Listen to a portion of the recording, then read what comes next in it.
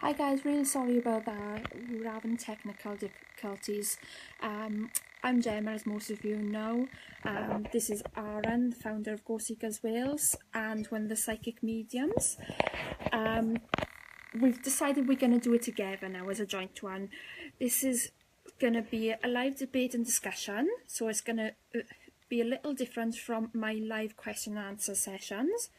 And it's going to be about myths, legends and conspiracy theories, and tonight's topic is hauntings. We do obviously have different types of hauntings. Aaron, would you like to state the different types? Shadow figures,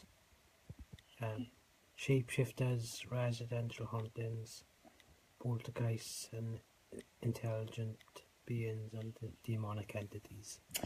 And what is a haunting, you may ask? A haunting is a series of events where paranormal activity occurs.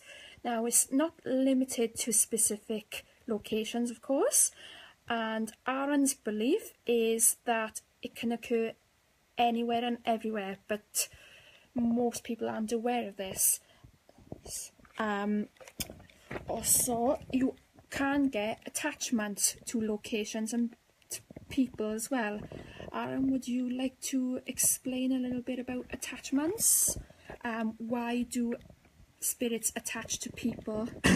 My belief, basically, when a spirit is attached to you, it's to do with the way you are, like, it's, when you're down and depressed. when you're down and depressed, you can attach yourself to your tragedies and stuff like that. So basically, guys, if you experience something like, you might have had something bad happen to you in your life, and they'll feed off that.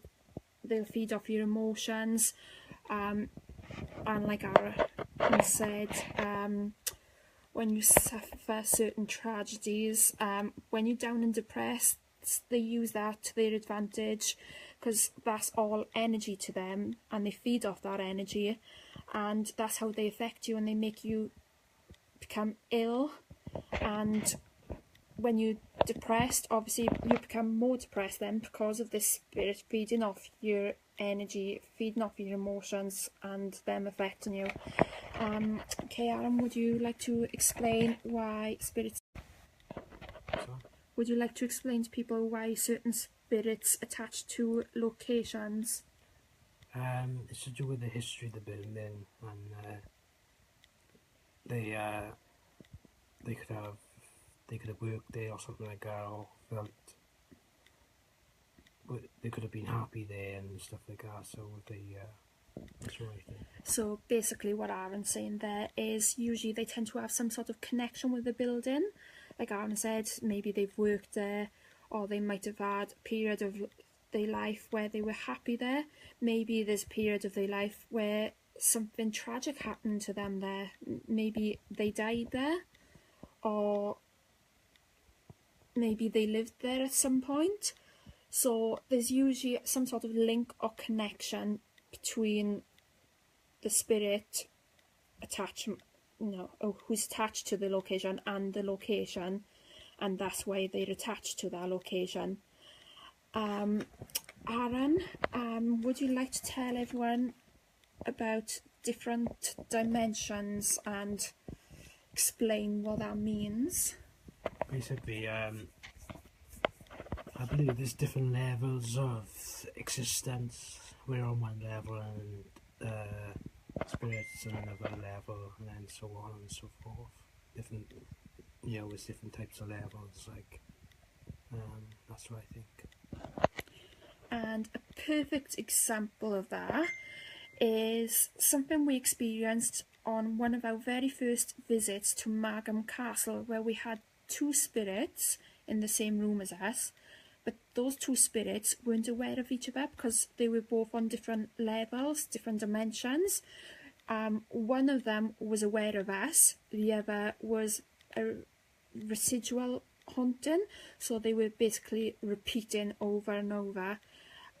their lives basically, living as though they were still there in that time period, and they weren't aware of us or this surroundings, and they weren't aware of the other spirit that was there in the room. Aaron, would you maybe like to explain your beliefs on shadow figures? My belief on shadow figures, I think some of them can be spirit, and the other side of them is non-human entities. I don't know what they are, but they feed on your emotions and feed off your fear and stuff like that. That's what I think about that. And my belief on shadow figures does vary slightly. I personally believe they tend to be negative entities, and they feed off your emotions, and they like to hide in the background, in the dark and the shadows. And I suppose night terrors can come into this, because a lot of children tend to experience shadow figures. When they wake up afraid at night, they often see things, and a lot of the time it's nothing, but then children are very open to the paranormal and seeing spirit. So I personally believe a lot of children who experience night terrors do tend to see shadow figures, but there is an argument among the paranormal where some shadow figures are more neutral. Then we have shapeshifters, of course. Aaron, what's your belief on shapeshifters? Basically, I do think it's possible. I don't know. Some of them could be negative, and they just shapeshift into what they want to do, and sometimes they perhaps do it to scare you, but I don't know. It's hard to say. Now, I do actually believe in shapeshifters. I can't say I have sort of experienced it, but it's hard to explain, and I can't be 100% certain on it that it is exactly what I experienced, but I do believe in them 100%, and I believe, again, they're negative entities that feed off your emotions, and they tend to shift into different forms because they don't like to show their true selves. They like to hide so that you don't see how they truly look, and again, they stay in the shadows. They don't come out. They just like to hide. They don't like to show their true selves, and they shift from one thing to another, and that's to confuse us and make us believe that maybe there's something that they're not. So that's my belief on shapeshifters. Would you like to explain a bit about poltergeists, Alan? Yeah, poltergeists, they can be quite powerful. They tend to chuck things and stuff like that, and make you aware that they're there, sort of thing. Some can be negative.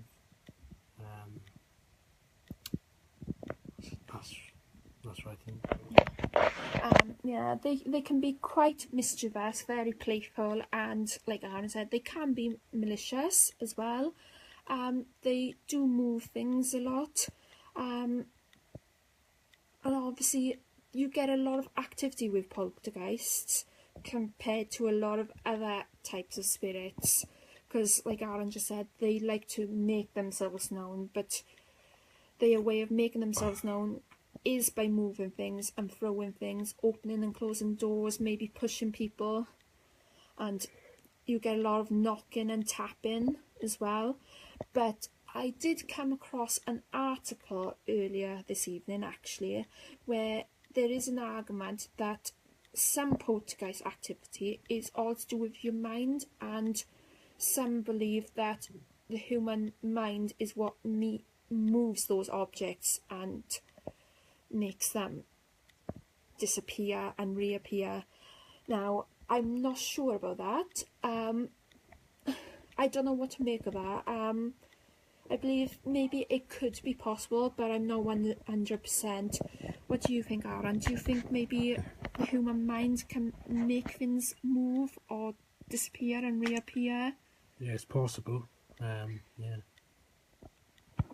The subconscious mind obviously is a powerful thing, and we as humans aren't always aware of the things we're doing and thinking, and the subconscious obviously plays a huge part in the paranormal field in a lot of the areas. Would you agree, Aaron? Yeah, totally agree. Then we did mention residual hauntings. Now, a residual haunting is where a spirit is stuck in a certain period, in a certain time frame. They repeat that over and over again. It's like playing a tape over and over again. And it could be maybe that they died in a tragic circumstance, and they just repeating it over and over again. Or maybe it could be a certain part of their life, and maybe the happiest part of their life, and they were so happy that they've passed on, they don't realise they've passed, and they just reliving it over and over again.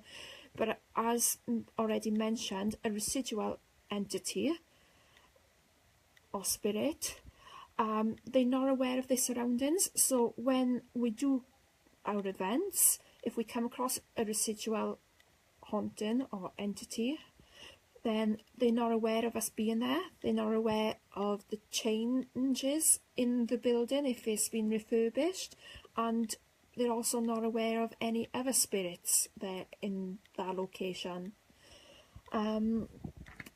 We also have demonic entities. Would you like to explain, Aaron?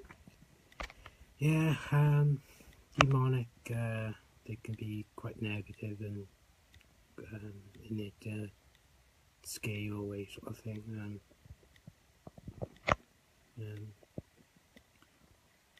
What do you believe about how they come about to be on the earth? Some of them, I don't know, it's hard to explain really. Do you believe that maybe they were human once upon a time, or do you believe they were always demonic? Half and half really. Some of them could be lived on Earth and passed away, and some of them, I don't know, they just never been human. Okay. We also have what we call intelligent beings. Now, these can be loved ones, or they could be spirits that have passed and they don't realise they've passed. And you get intelligent responses of intelligent beings, of course, and they're very communicative and they enjoy communicating. And obviously, these are the more common types of spirit that we communicate with at events, and they like to make themselves known, and they do like to get your attention, and we have great results from them. So that's great on events. What are your thoughts on them, Aaron? Intelligent beings? Yeah, you do come across them quite a bit. Yeah, it's quite interesting. What are your thoughts on how they work? Yeah, they work quite well. Once they start communicating to that, it's really good. Okay. Hi Kelly, nice to have you joining us tonight. It was only supposed to be Aaron doing. It's not my live question and answer like I have been doing. It's supposed to be a debate and discussion tonight, and Aaron's having technical difficulties, so we've come back on here and we ended up deciding to do it joint together. We're discussing hauntings tonight, different types of hauntings and spirits, and how they affect people, and attachments, and obviously how they communicate in different ways. Yeah, really looking forward to seeing you all as well. Really can't wait, and obviously it's our first time at Gloucester Prison as well, so really looking forward to that. So, and of course, we loved Chapter Marla, so we really, well, super excited by this one because we're hoping it'll be just as great. Anyway, would anyone care to share any of their beliefs, maybe, and thoughts and opinions?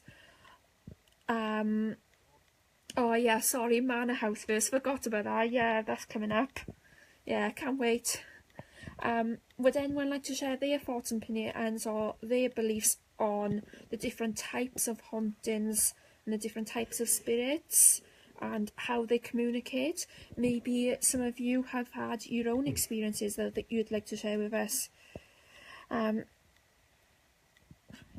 Maybe perhaps give some of your experiences, Aaron, to get people to interact and encourage them to share their experiences.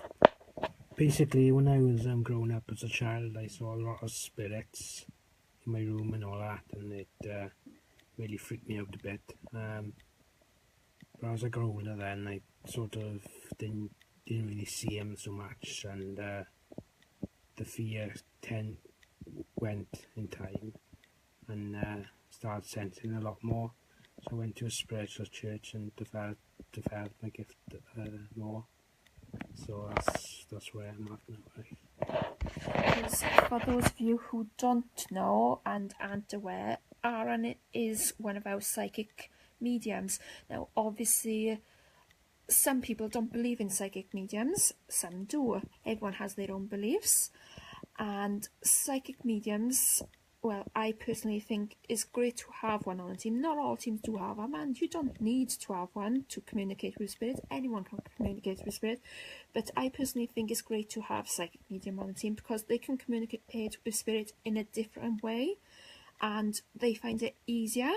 Would you care to elaborate, Aaron, about how you work as a psychic medium? Basically, I tend to sense in my head, and I'll get a picture of the spirit, and basically I'll force my head, and whatever comes out, sort of thing. And I get smells of anything like tobacco smoking and like that, and that describes the personality and stuff. And that's pretty much how I sense the spirit. And Aaron, of course, also does psychic readings as well, so obviously that's a different aspect again. Is that different? Do you work differently when you do that side of it, Aaron, or is it the same? It's basically the same. Okay, let's check the comments. Yeah, that'd be lovely, having a cup of tea, Kelly. Kelly saying, when Fraser was pushed at Fort Woodley, he was a skeptic before, but that really has shocked him. Still can't explain the scratches. Awesome. Did you see our recent photos from our secret location? We haven't revealed who it was that was scratched, but I'll reveal now. As long as Alison, shall I reveal who it was? Is that okay?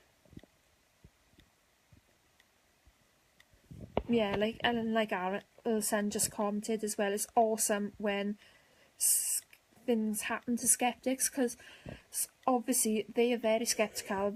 A lot of them are even non-believers, or they're very wary and they're on the fence. And we do get a lot of non-believers and skeptics coming to our events, and a lot of them are shocked when things happen, and it's great to see their expressions.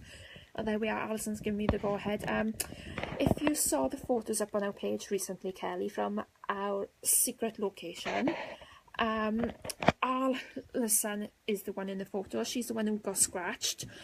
We were doing a seance towards the end of the night at our secret location, and Alison felt like a burning sensation. So we went to check her back, and we could see scratch marks there. And the first one drew blood, and then two other angry red scratch marks appeared as well. And it was as if someone had scratched her with three fingers, as though they'd gone down her back like that with 3 fingers with their nails. The two photos is, the first is the original, and then the second we've enlarged it so that people can see it a bit clearer. But that was weird, and it's the first time to happen to Alison as well. Now Kai on our team, he's been scratched before, but yeah, it's awesome when things like that happen. It's not very nice, but it's awesome activity and awesome evidence, of course.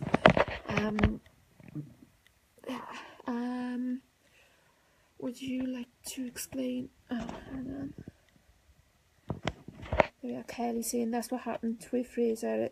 It was odd. They were even raised. Yeah, the same as Alison. Hers were quite raised. Like I said, the first one drew blood, and the other two, it was hard to notice them straight away. The first one came out straight away, almost instantly, and it drew blood. And I even had to put my finger on it just to double check that it was blood. And I was like, oh my god, you're bleeding. And then obviously, as we stood there watching and had the light on, you could see then the other two coming out and appearing more clearly. Would you like to explain some of your experiences on some of our events, Aaron? Because obviously you're psychic medium and you experience things different to us, and that's a great way of showing people how you communicate with spirits. Yeah, I've had a number of experiences. I've seen a few odd things, shadows, figures, walking back and forth in the window when you can't get upstairs. You know, there's no way that the person could be there. That's pretty strange. I don't know. Things you've picked up on, maybe?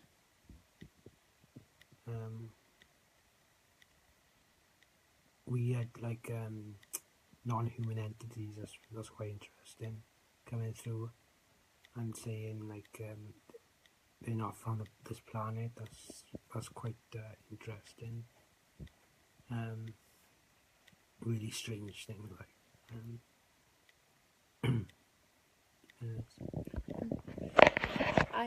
I'll actually add to that what Aaron just said about non-human entities. We have, for those of you who haven't viewed my previous lives, I have mentioned this before, but I'll mention it for those who don't know. We've been to the Spirit House in Evesham. It's actually my favourite location, and there's a non-human entity there.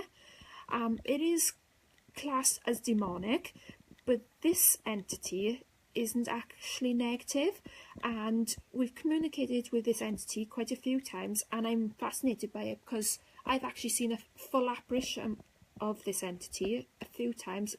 For some reason, it likes to show itself to me, and it told me that it sees me as a caring mother-like figure.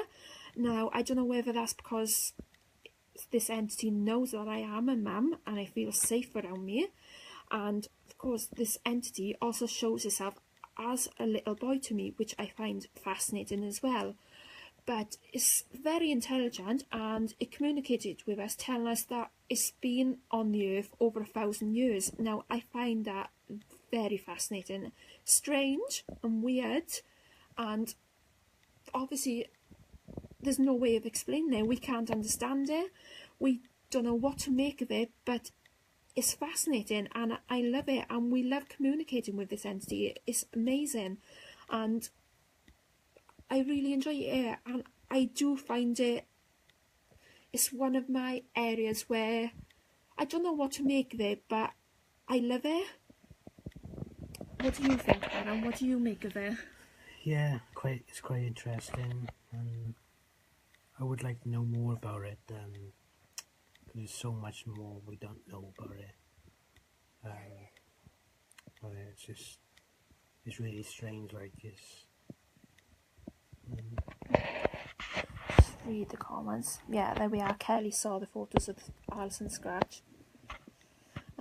Kelly's saying logically she can't understand how scratches occur, but she guesses so many people have experienced it, so it really is an odd one. And having been with Fraser for so long, she could see the genuine shock when it happened, and even how his approach in investigations has changed since it happened.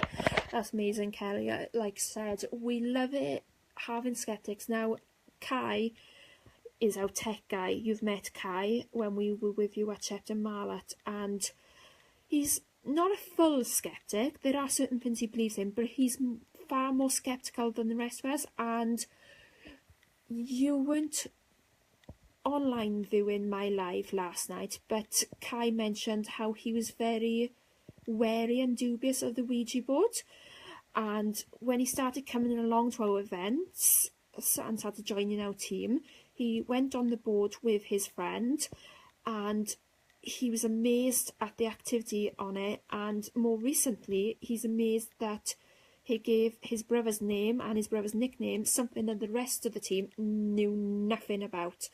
And he is now a full believer in the Ouija board, because he said there's no way anyone could have known that information, and the fact that certain information can come out that no one knows, that's changed his perspective on it. So that's a great way of explaining someone who is very skeptical and then them changing their views when they've experienced something. So again, really interesting and amazing. Yeah, I know, he is being shy tonight. He told me to take the lead and he'll just stay in the background, considering it's supposed to be his live debate and discussion. Typical man. Okay, alright, okay.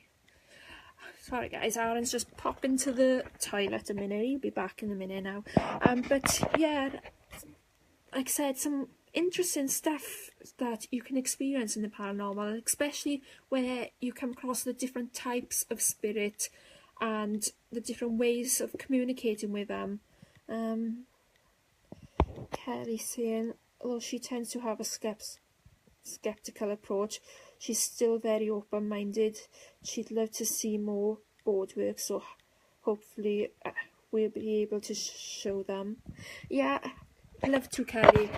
Like I said in previous lives, we love working with other teams, and I have mentioned your team on my lives because you guys are fab. I mean, we've only met you once, but I don't know, we just clicked, and you were great, and we really enjoyed it, and we can't wait to see you again and work with you again. We love working with other teams, and like I said on previous lives, it's a learning curve. It's all trial and error, the paranormal field, and working with other teams allows those teams, well, my opinion anyway, is that you learn from one another.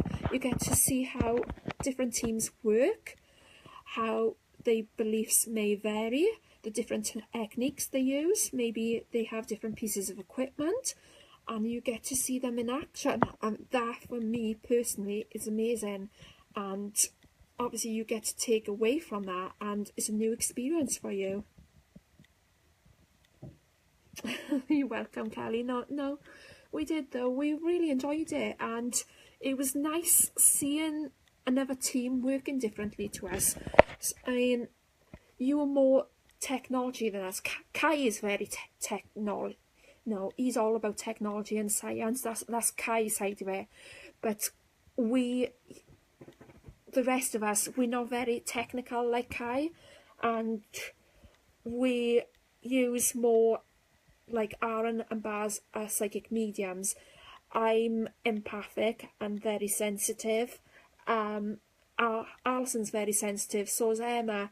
And Kai, although he's more skeptical than the rest of us and does do the technology and science side of it, I do personally believe he's part empathic as well, because he has experienced the emotions of certain spirits at certain events.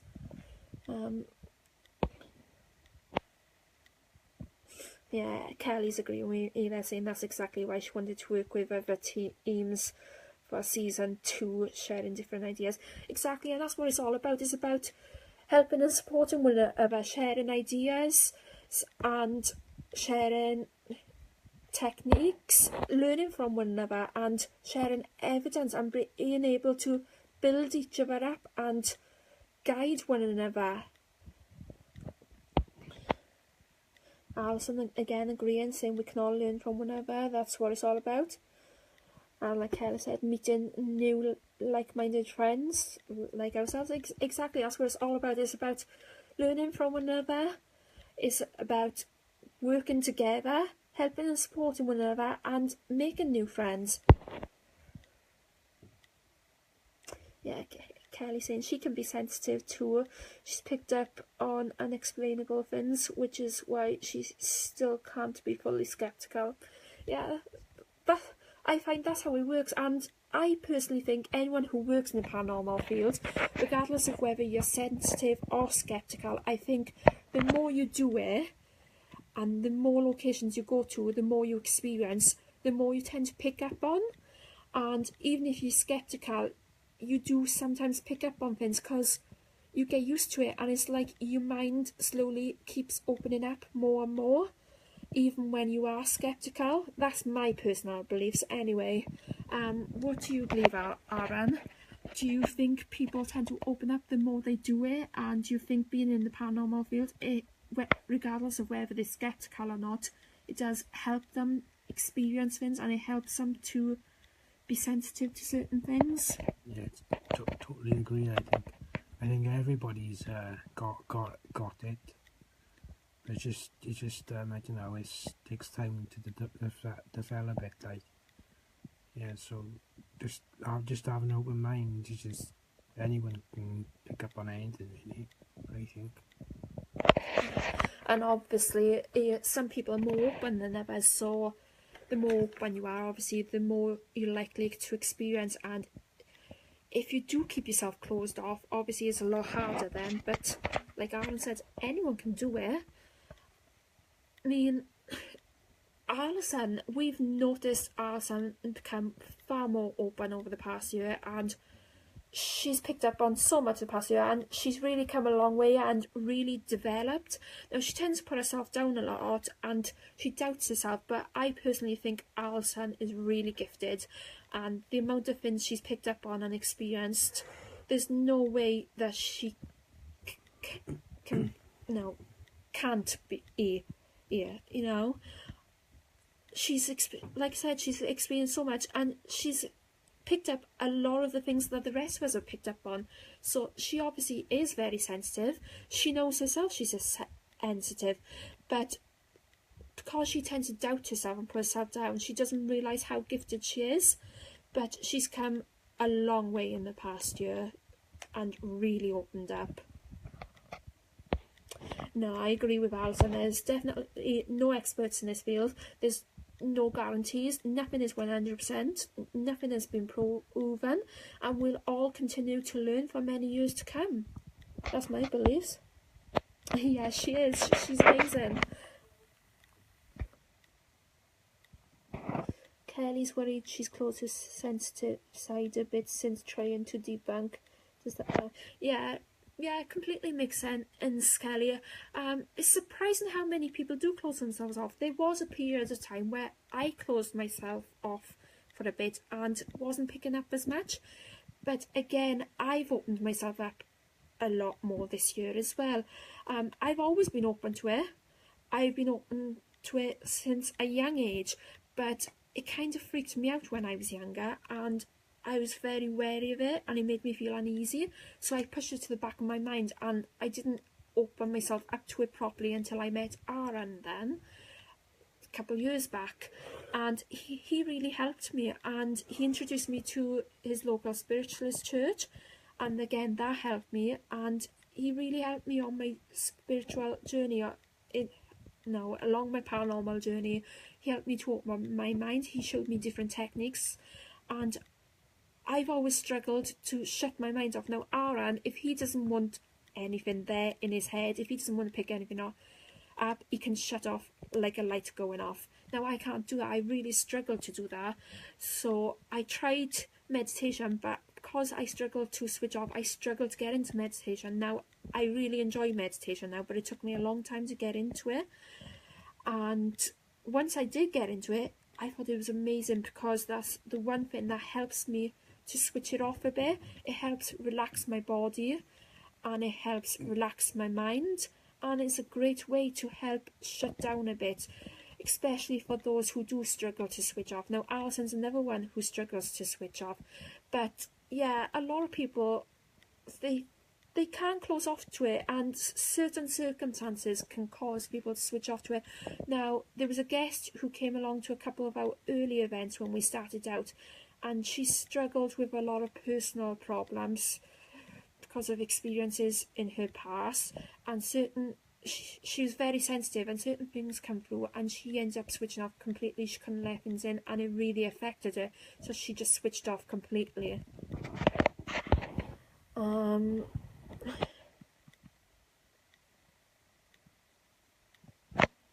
Kelly saying she doesn't get time to meditate with her 5 kids.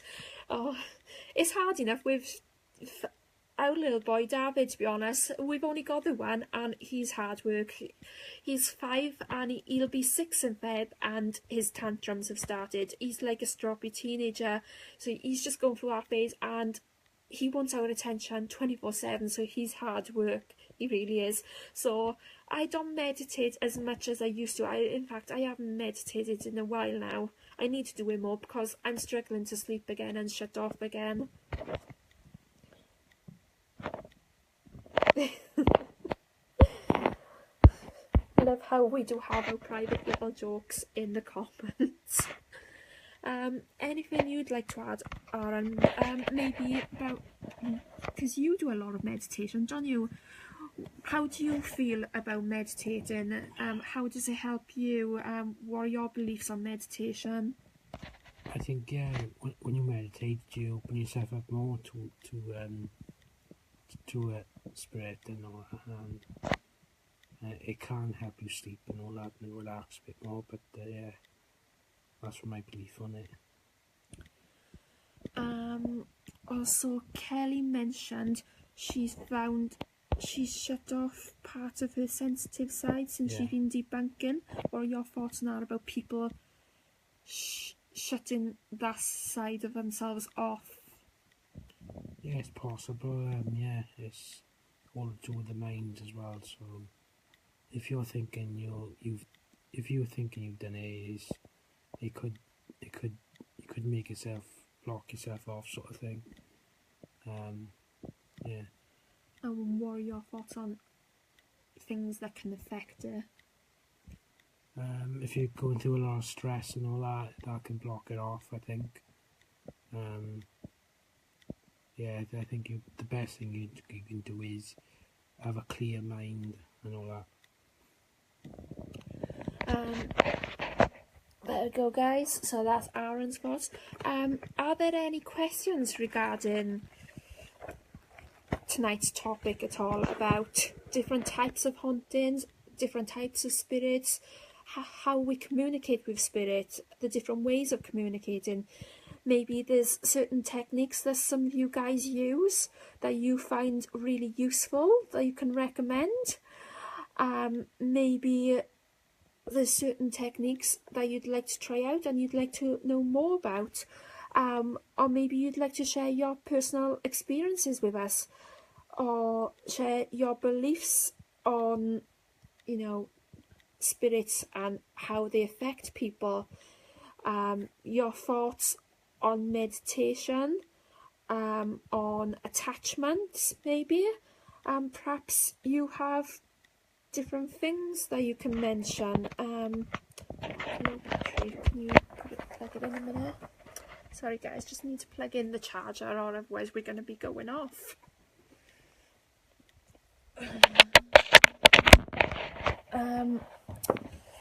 I don't know, guys, have you any other topics that might come under tonight's topic at all that you can maybe add to what we've already said? Maybe something you'd like to discuss that relates to anything we've said, or any of your own personal experiences that you can share with us, maybe?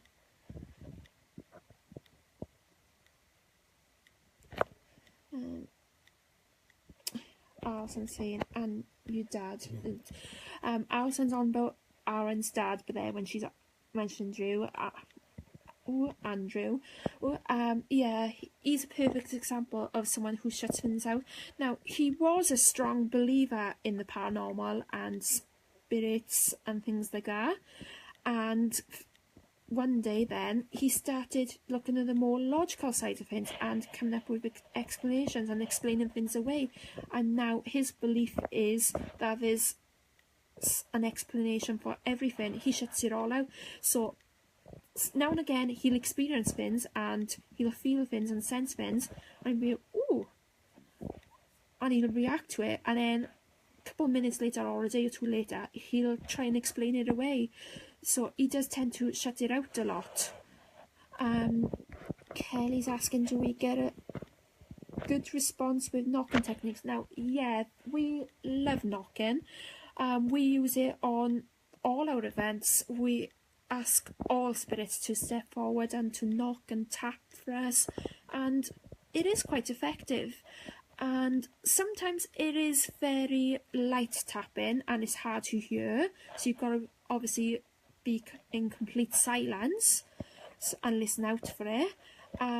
Other times it's louder, and we have had some really loud bangs at some locations, so yeah, we have great responses with knocking techniques. What are your thoughts on knocking techniques, Alan? Yeah, we do get some good activity with it. What are your beliefs on it? Yeah, I think it's possible. We do get quite intelligent responses with it as well, don't we? Yeah, because I mean, sometimes we'll ask to copy our knocking, so like we'll do sequences, and we've actually had some spirits copying the exact sequence, and then we'll change the sequence and they'll copy that. And we also do one knock for yes, two knocks for no, and we've had them responding in that way as well. So yeah, it's a great technique to use, and it's been great. Yeah, there we go, Kelly agrees. Yeah, Emma's just mentioned Markham Castle with the chairs for knocking was amazing. Just explain a little about that. At Markham Castle, in the hanging room, and also I think it was the library area or maybe the ballroom, it's got some chairs there, and spirits there got a habit, even without us asking them to, of creaking the chairs and knocking or tapping on the chairs, and we get quite a lot of intelligent responses there. We get confirmation from them on command. We'll ask questions and they'll confirm by knocking and tapping or creaking the chairs, and when we're entering the room they'll knock or creak the chairs at us, or when we leave the room they do it as well. So that was great. And the last time we were at Markham, me and Alison were the only ones in the hanging room. We were collecting our equipment at the end of the night, ready to pack up and go, and as we went to leave the room, one chair started creaking and knocking, then the next chair started creaking and knocking, then the next one, and every chair in the room done it, and it was going back and forth around the room, and it really freaked us out. We were amazed by it, but it kind of freaked us out, and we were like, what the hell? It's the shock, and you just don't know how to explain it. It was weird. And whenever we moved towards the chair that was creaking or knocking, it'd stop, and then it'd move to the other part of the room. We'd move over there, it'd stop and go to the other part of the room. It was weird. Yeah, Emma agreeing, saying we had them going on command and doing it on the sides. We were asking them to do that. That was interesting, to say the least.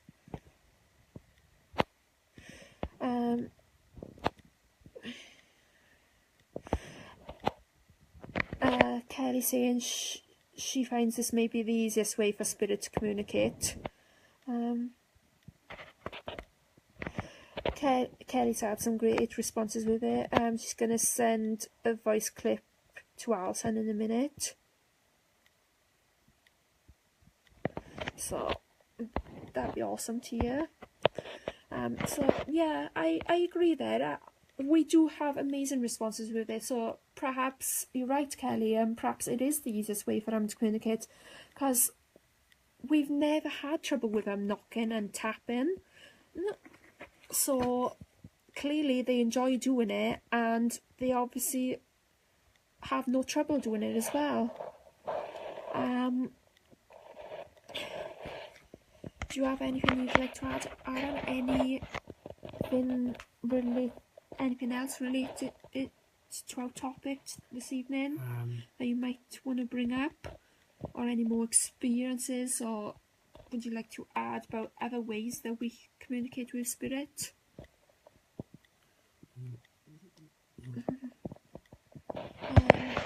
I'll list a few ways that we can communicate. Obviously, we use different techniques.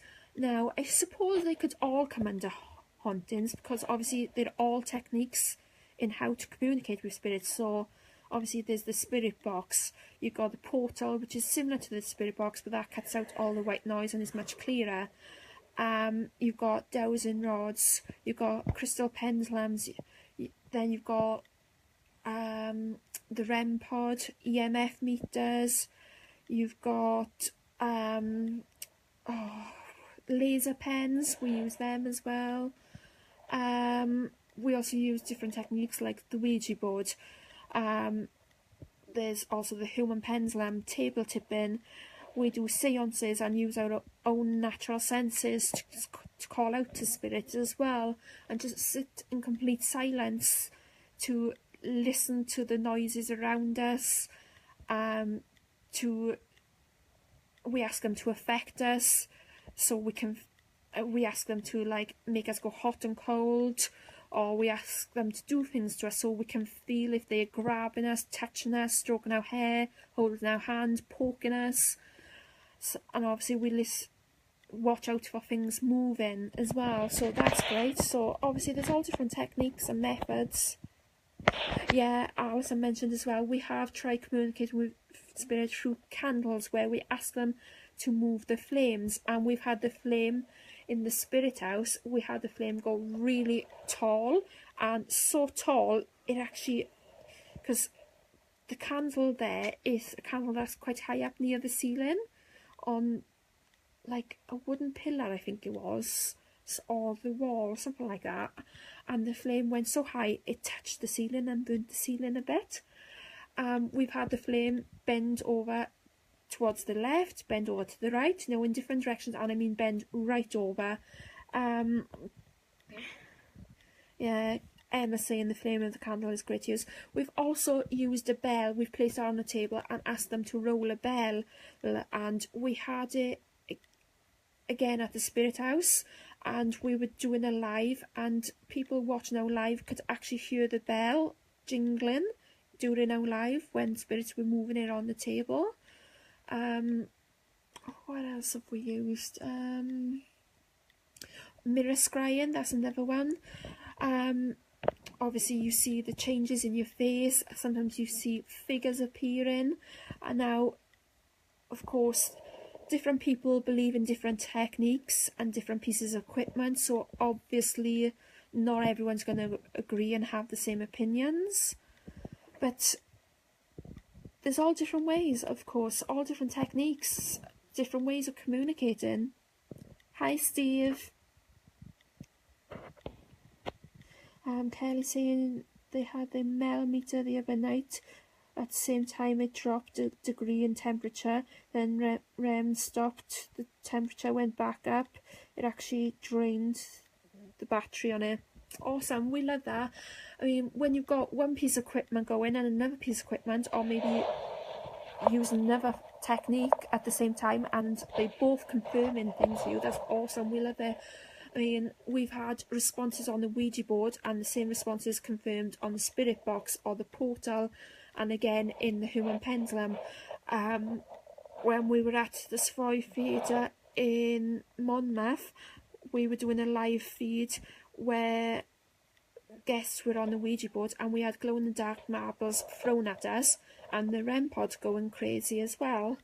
So it's awesome when you have different things going at the same time, and the same responses confirmed via different methods.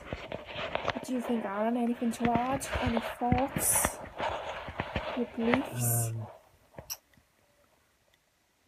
No, really. What's your favourite technique or favourite piece of equipment to communicate with spirits, and why? I'd probably say the spirit box and the portal, to be honest. Why? Because it gives it's quite clear. You know, it's like you can have a conversation with a spirit, and they confirm things that, you know, it's hard for them not to know certain things, and that's quite what's interesting about it. Yeah, we've actually had them on public events calling out guest names, and obviously guests love that, and sometimes they call out names that we don't know, and sometimes they give full names, so first name and surname, and guests would be like, oh my god, that's my brother, or oh my god, that's my little boy, or their grandmother, or someone related to him, or a friend. And obviously that's something we could possibly know, so that's a great thing for us, because that's proof that, you know, obviously it's not faked and it does work, and it's evidence, and it's a great way of giving evidence to people. Kelly saying she's looking forward to Oi this Saturday. She's got to go now. Oh, she says well done. Look forward to seeing us all soon. Nice. Awesome, Kelly. Yeah, hope you enjoy Saturday. It's an awesome place. We loved it there. We hope you have as great activity as we had, and thanks for chatting. Thanks for joining us tonight. As always great chatting to you. Enjoy the rest of your night. Enjoy. Emma saying she loved the strangest bit had to be when the ball with the bell ended up on the floor without making a sound, or they know it had moved when someone said, just explain a bit about that for those of you who don't know. When we went to the Savoy Theatre, obviously we got different little toys for children's spirit, and we got squeaky ones, ones that light up, glow in the dark ones. We had Alison brought her cat's toy with a little bell in and threw it down on the floor. We left it there, hoping that the children would come and play with it. And later that night, we found out it had moved. Now, we should have heard it because there's a bell in it, but we didn't hear it at all. We only found out it had moved because one of our team members, Baz, he stood on it. He didn't realise it was there, and he stood on it, and that's how we found out it had moved, because it was in a completely different position and nowhere near where we had placed it. So that was awesome and very strange, of course.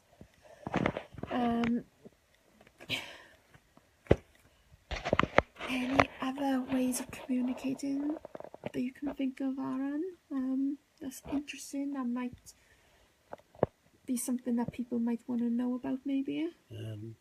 Or anything you guys can think about, Alison or Emma. Your favourite way of communicating with spirit and why. Let people know what the things that you enjoy, and perhaps tell people how you work and how you experience things and what you pick up on, and tell them a bit about your gifts and abilities. So obviously they've learned a bit about me and how I work, and same as Aaron, and I've done a couple of lives now, so they've gotten to know me a fair bit. Alison enjoys it all. Perhaps tell people how you work and how you experience things.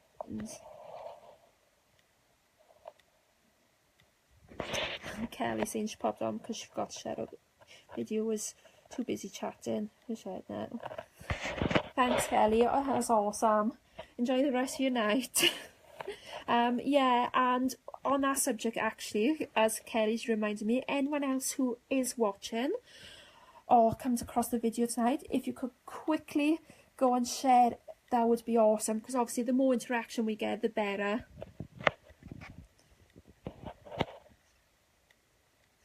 Is asking what's our beliefs on the black-eyed children.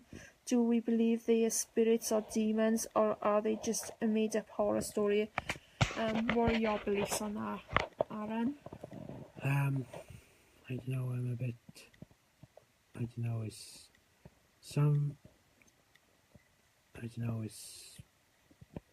hard to say on that. It's so much stuff to learn about it, and you know, I never really experienced it, so I can't really say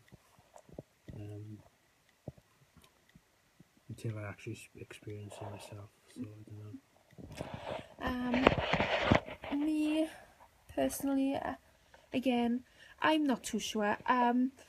Obviously we've come across a lot of child spirits. I've come across some not very nice child spirits, and one that has freaked me out before was at Candleston Castle, I believe, when we first went there. And I wouldn't say it was child spirit with the black eyes. It was more a child spirit that was more, what's the word I'm looking for? Malicious and malevolent. I think that was the words I'm looking for.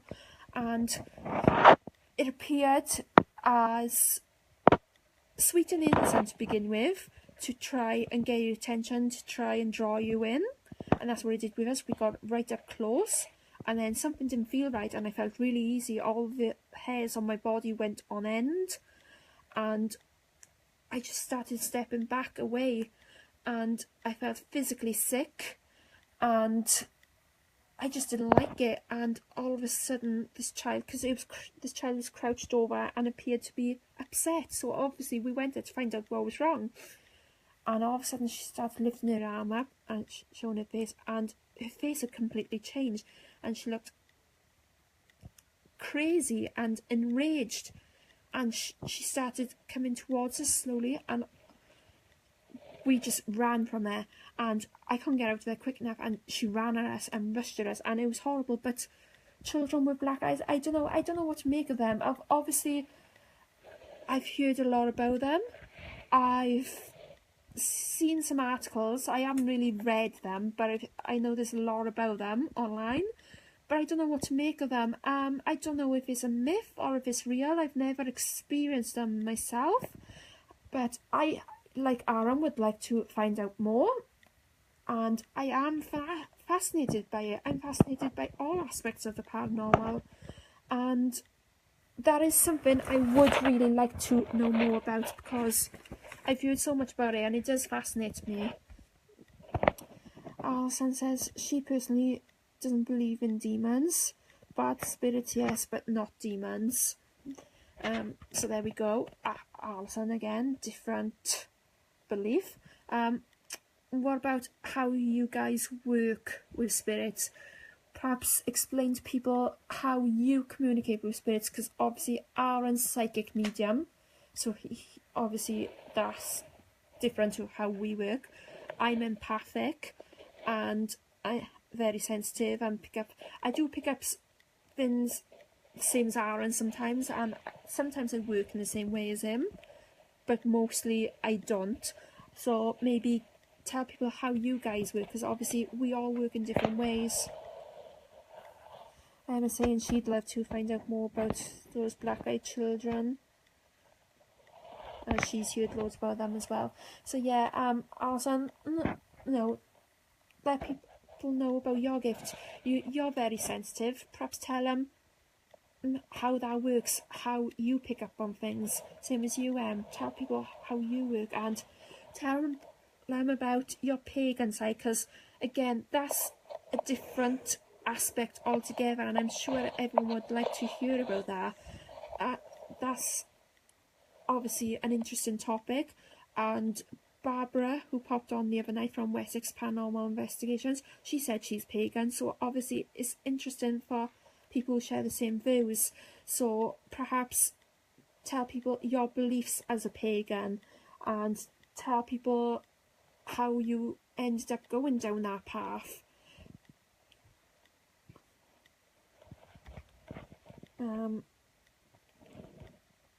Another interesting topic actually that could come under this is religion as well. I know that's a very interesting topic. Obviously, hauntings is a very wide topic and a lot of things can come under it, so it's actually an easy subject to choose to discuss. I personally don't believe that the paranormal evolves around religion, and I don't believe you need religion for the paranormal to exist. And I'm not a religious person myself, never have been. I don't believe in heaven and hell, and I'm not really a believer in God either. I do believe there's something out there, something higher than us, something, because obviously something created us. We're obviously here for a reason, and the paranormal exists for a reason. So there's definitely something out there. It's definitely something more powerful than us, more intelligent than us. And obviously there's going to be different beliefs on that. But those are my beliefs. What about you, Aaron? What do you think about religion and the paranormal? And do you believe the two have to exist together? No, not really, no. Do you believe the paranormal can exist without religion? Yeah. Do you believe religion plays a huge role in the paranormal? Yes and no, really. Can you elaborate? Because I believe that in some cases, if you're a Christian, you sort of create your own path to heaven. So when you pass over, you go to heaven, and you create your own sort of heaven sort of thing. But if you don't believe in heaven, you just go to another plane of existence. That's what I think. And what's your belief on God? Do you believe in God? Or do you have a different point of view? I don't know, I don't think there's a God out there, but I think God is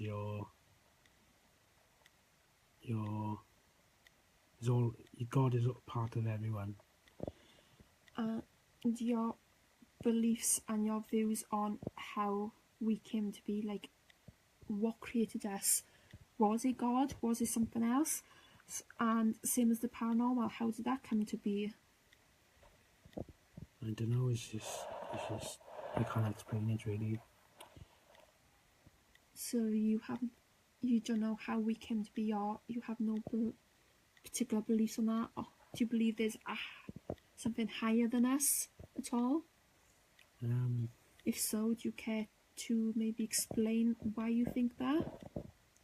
I don't know, I have a clue really.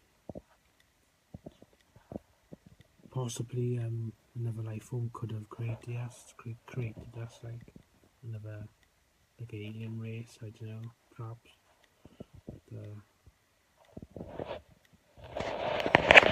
And also, Aaron mentioned about his belief on how people pass over. My beliefs on that is when we pass over, we go to the moment where we were happiest, or the time of our lives where we were happiest. So if someone has passed on and they were happiest in their childhood, then they'll go back to their childhood, at that point of their lives, that point in time. So that's my beliefs. So I don't believe there is a heaven and hell. We just, when we pass over, we go to the exact moment or the exact point in time where we were at our happiest.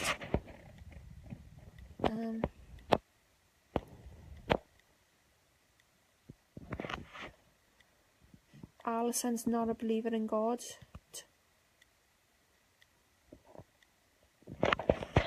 Yes, Steve. Kelly did mention she's at the Savoy Theatre Saturday coming. That's her next investigation. She has gone now. She did pop on and she has been chatting with us, but she's popped off now. So, you know, maybe pop onto a page, message her, maybe. What's your beliefs in heaven and hell, guys? Do you believe there is a heaven and hell? And why? If you do, why do you believe in it? If not, why don't you believe in it? Do you believe there's something higher than us that could have created us? Do you believe that the paranormal and religion have to coexist? Or do you believe that the paranormal can exist without religion? What are your thoughts on that? Do you have the same views as me and Aaron? Or do you have different beliefs, maybe?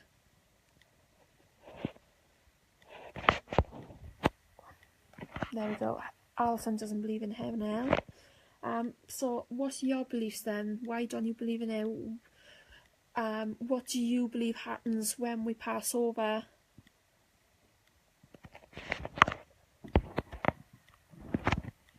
Obviously everyone has their own views, and anyone who is watching, get involved, guys. Come and interact with us. Come and ask us questions and give us your thoughts and opinions. Let us know your views. Do you guys believe in heaven and hell? Do you believe that the paranormal can exist without religion? Or do you believe that they do coexist?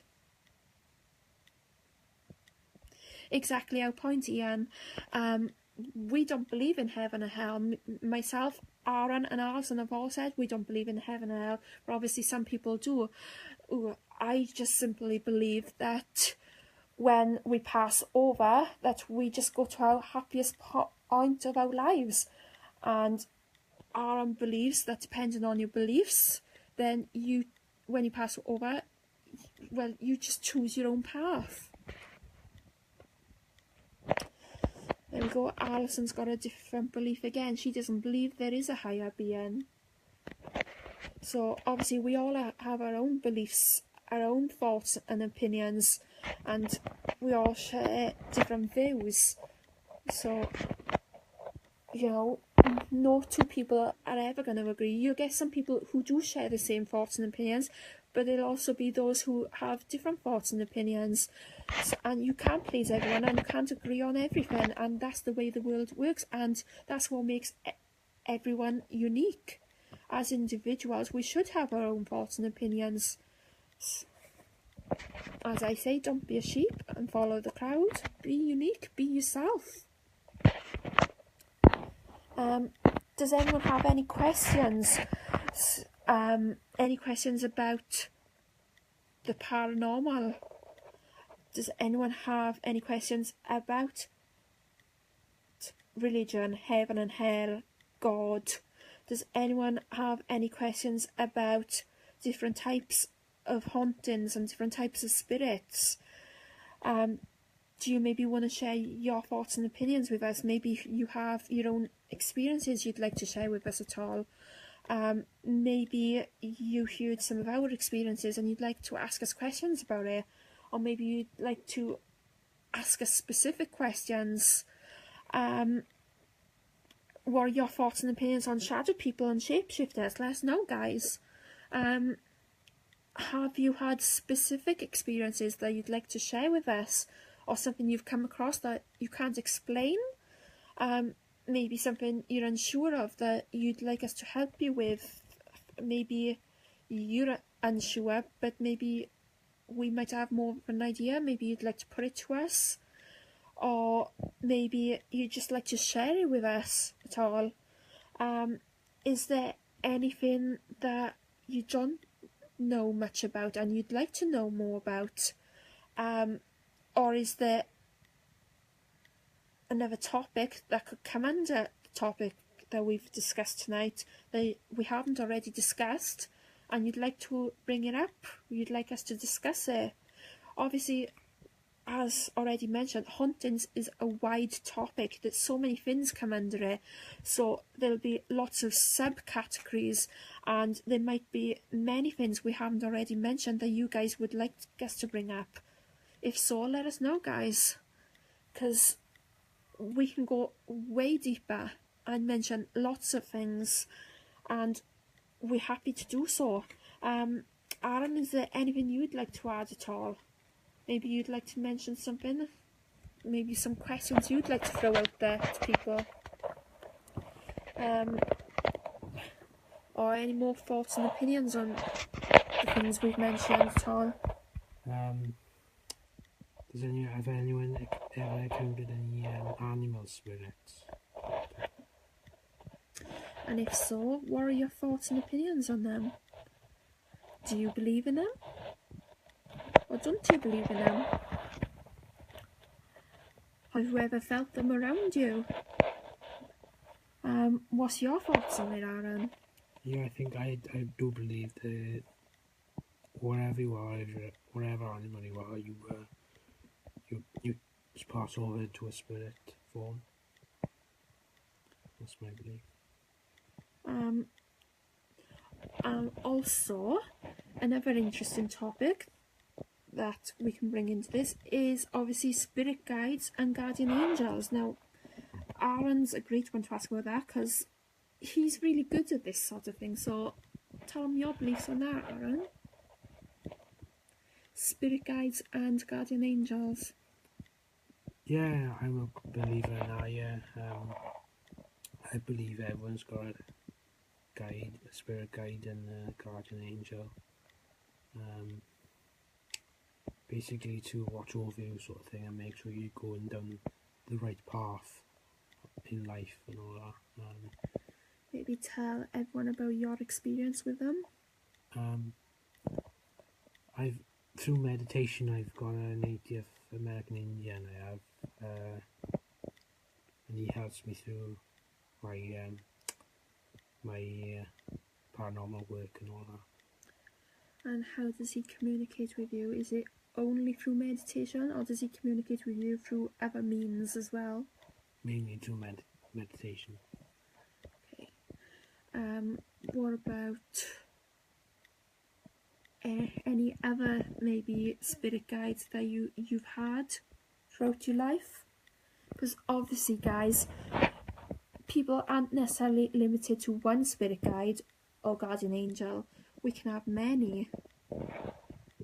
Do you agree, Aaron? Yeah, totally agree. And have you come across any other spirit guides throughout your life that you have had personally? They're mainly Indians and that. Like, yeah, my grandfather is close to me as well. He's a guide of mine as well. Who was your first spirit guide? Grandfather. And when did he first appear to you to help you along your journey? When I first started doing this work. And when you developed more, obviously, you then had your native Indian come forward. And at what point in your life did he step forward to help you? When we got into, I don't know, halfway through it, he come forward. And what was happening at that point in your life for him to step forward? To help me concentrate on this more, like. But what was you doing at the time? Like, was you already on this path in ghost hunting and that path, or was it before? Ghost hunting. So you'd already started your ghost hunting. Yeah. Was it when you was with the very first team you was with, or was it when you were just going along as a customer yourself? The very first team. And how would you say you've developed since then? How would you explain your experience in how he's helped you, and explain how far you've come since then? Yeah, he helps me to I don't know, it's hard to explain really. But explain, how far have you come since then? Can you maybe elaborate about that? How far you've come and how far you feel you've come, and how you feel about it now. Are you more confident now? Yeah, I feel like I've come a long way and being a lot more confident. How have you developed from then up to now? Like with your gift, Yeah, how has that developed? Like back then, how did you find your gift back then? well, I feel like I've always had the gift. Yeah, but like obviously your gift develops throughout the years, and obviously it keeps developing. And you're more confident with it now. But would you say that you're able to do it much better now, and that you can do it not only more confidently, but it comes easier to you now? Yeah. So would you say you're more open now than you were back then? Yeah. And although you were able to do it back then, were there any restrictions at all back then? I wouldn't say restrictions, or it wasn't as You strong. was it just the fact that you just had to learn how to control and develop it better? Yeah. Okay. What about you guys? Do you have any stories about how you got into the paranormal, perhaps? And if any of you guys are gifted or have certain abilities, how have you developed and how far have you come? Are there any specific experiences you've had that got you into the paranormal and that have helped you along your journey?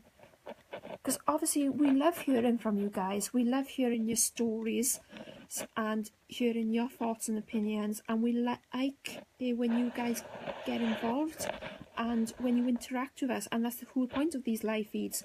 And obviously, as already mentioned, this is slightly different because it's not specifically a question and answer session like with my live feeds. This is more of a debate and discussion live feed, which does differ slightly. But obviously, these live feeds are all a chance for you guys to get involved with us and interact and share your experiences with us. So please do get involved, guys. Interact, ask us questions, share your stories with us. Let us know your thoughts and opinions. Maybe your beliefs differ from ours. If they do, let us know.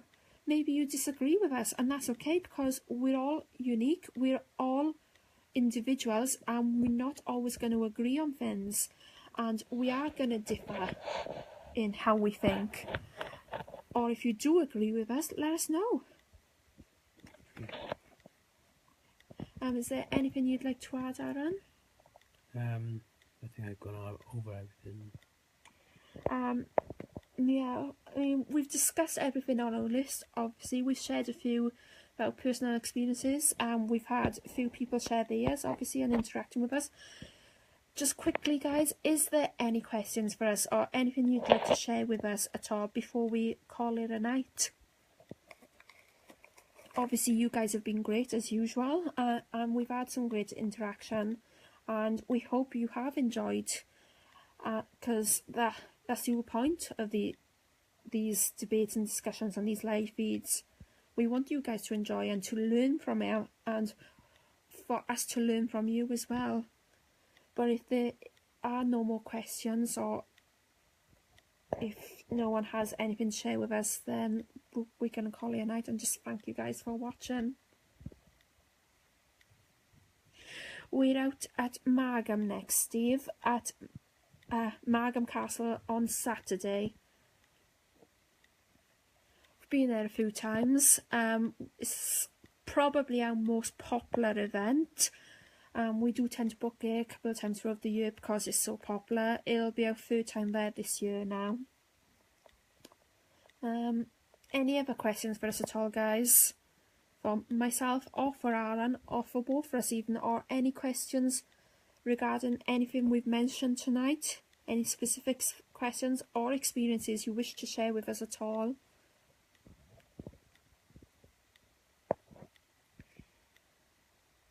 If not, like I said, we're going to call you now because we have been on here a while now. No more questions. Okay, guys, well, we're going to thank you all for watching. Oh, hang on. Yeah, Steve, we get quite a bit at Margam.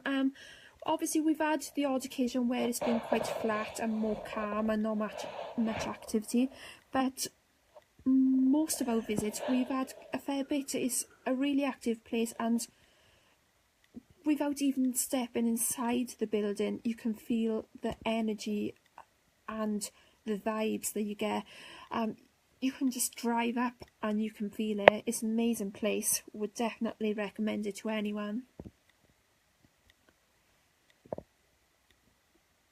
Do you have any more questions at all?